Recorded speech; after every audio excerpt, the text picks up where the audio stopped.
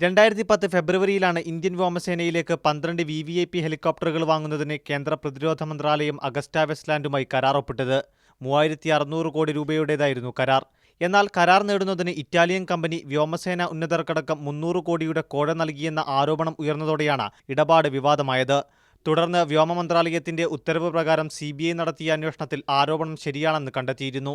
മുൻ വ്യോമസേനാ മേധാവി SP ത്യാഗിയും ബന്ധുക്കളുമടക്കം 11 പേർക്കെതിരെ CBI കുറ്റം കണ്ടെത്തി. തുടർന്ന് അഗസ്റ്റ വെസ്റ്റ്ലാൻഡ് കമ്പനിയുടെ ആസ്തികൾ മരവിപ്പിച്ചിരുന്നു. കരാർ റദ്ദാക്കാനുള്ള നടപടികൾ പ്രതിരോധ മന്ത്രാലയം കഴിഞ്ഞ ഒക്ടോബറിൽ തന്നെ ആരംഭിച്ചു.